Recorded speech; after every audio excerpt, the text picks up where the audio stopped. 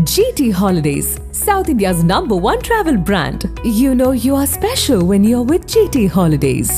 எங்க சேதாரத்துக்கு மேல கொடுத்தீங்கன்னா உங்க காசை வேஸ்ட் பண்ற மாதிரி தான்.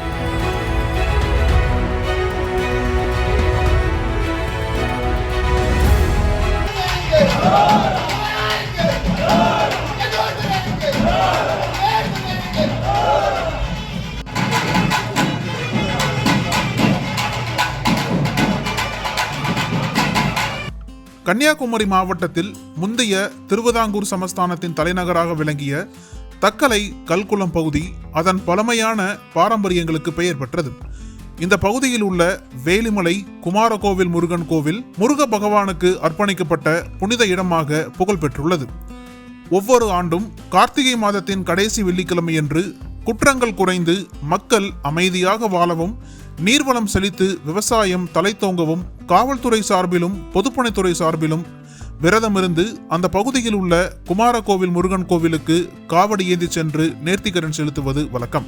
அந்த வகையில் இந்த ஆண்டும் அந்த பாரம்பரியம் தொடர்ந்துள்ளது. தக்கலை காவல் நிலையத்தைச் சேர்ந்த போலீசாரும் தக்கலை பொதுப்பணித்துறை அலுவலக அதிகாரிகளும் காவடி ஏந்தி பாரம்பரிய நாதஸ்வரம் மற்றும் கேரள சிங்காரி மேளம் முழங்க யானை மீது பால்குடமேற்றி பவனியாக சென்று குமாரகோவில் முருகனுக்கு நேர்த்திக்கடன் செலுத்தும் நிகழ்வு இன்று கோலாகலமாக நடைபெற்றது.